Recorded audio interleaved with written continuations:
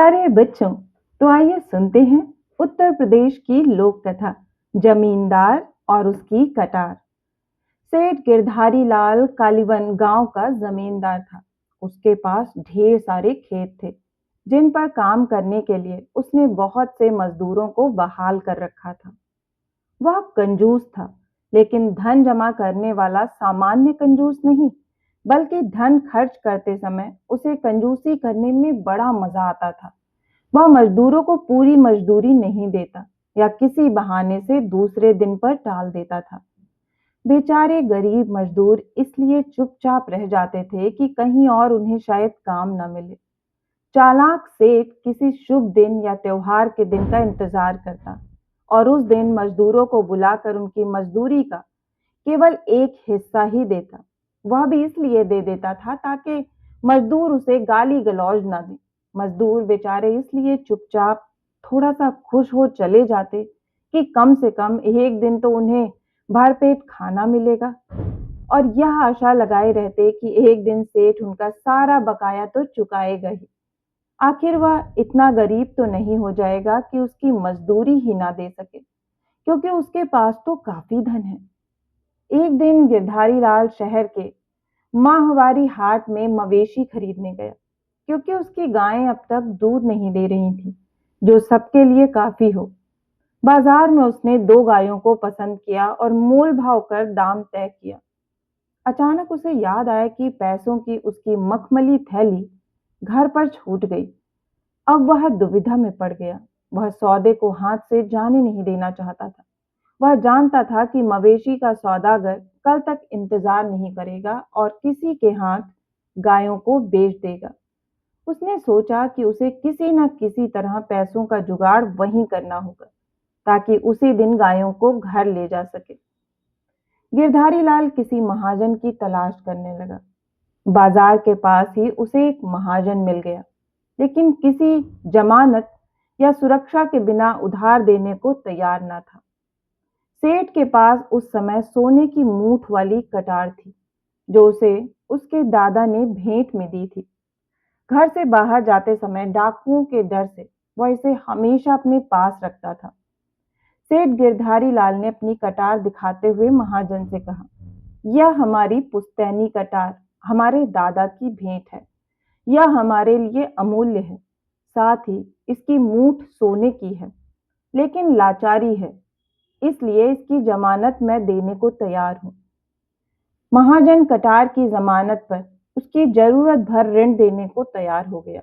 गिरधारी लाल ऋण लेकर और कुछ दिनों में ऋण लौटाकर कटार वापस ले जाने का वादा करके बाजार से चला गया और उन गायों को खरीदकर उन्हें एक युवक की सहायता से अपने गांव ले आया।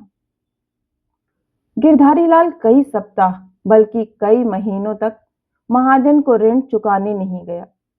महाजन धीरज के साथ इंतजार करता रहा और सोचता रहा कि सोने की मूठ वाली कटार को क्या करें। क्या उसे बेचकर सूद के साथ ऋण का पैसा वसूल कर ले? लेकिन महाजन से कटार कौन लेगा? उल्टा कोई देख लेगा तो जितने लोग उतनी तरह की बातें बनाएंगे और उसकी प्रतिष्ठा धूल में मिल जाएगी। इसलिए वह चुपचाप रहा और उसने जमींदार के पास अपने नौकर को भेजने का निश्चय किया। जब नौकर जमींदार के घर आया तो वह घर पर नहीं था।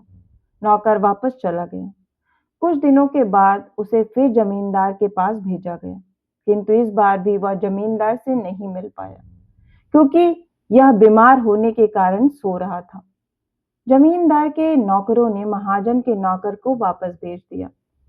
महाजन इस आशा से कि जमींदार मेरे नौकर के जाने का संदेश पाकर ऋण लौटाने के लिए स्वयं आ जाएगा, कुछ और दिनों तक धैर्यपूर्वक सब सहता रहा। उसके बाद निराश होकर उसने एक योजना बनाई।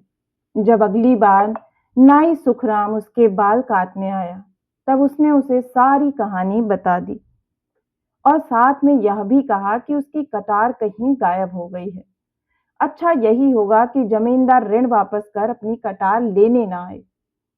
महाजन जानता था कि नाई खबर फैलाने में माहिर होते हैं और उसके द्वारा शीघ्र ही यह खबर सब तक पहुंच जाएगी कि जमींदार ने ऋण अभी तक नहीं चुकाया है। और महाजन को जमानत में दी हुई उसकी सोने की मुठ वाली कटार गायब हो गई है। सचमुच हुआ भी ऐसा ही। यह खबर आसपास के गांव में सब जगह फैल गई।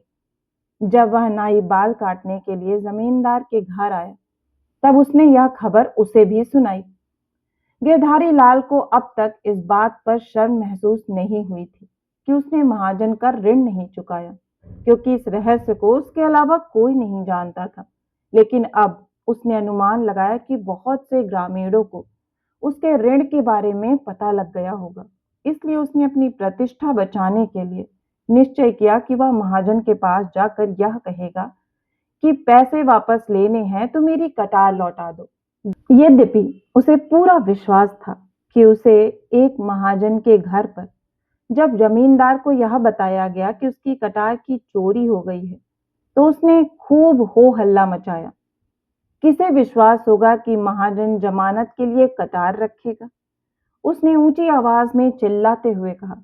उसने सावधानी पूर्वक सोने के दस्ते की चर्चा नहीं की। भला महाजन के घर से कटार कौन चुराएगा? वह और भी जोर से चिल्लाया। जमींदार भीड़ इकट्ठा करने के लिए महाजन का मजाक उड़ाते हुए ठठाकर हंसने लगा।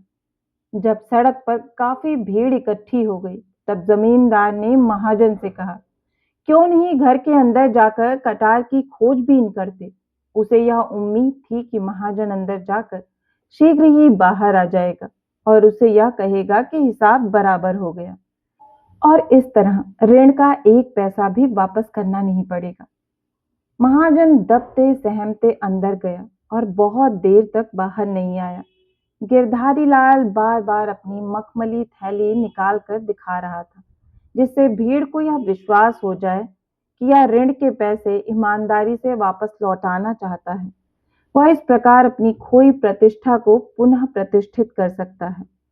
अचानक महाजन अंदर से आते हुए बोला, सेठ जी, आपकी कटार मिल गई। यह रही। मैंने इसे सुरक्षित रूप से रख दी थी, लेकिन कहाँ रखी थी यह मैं भी भूल गया था।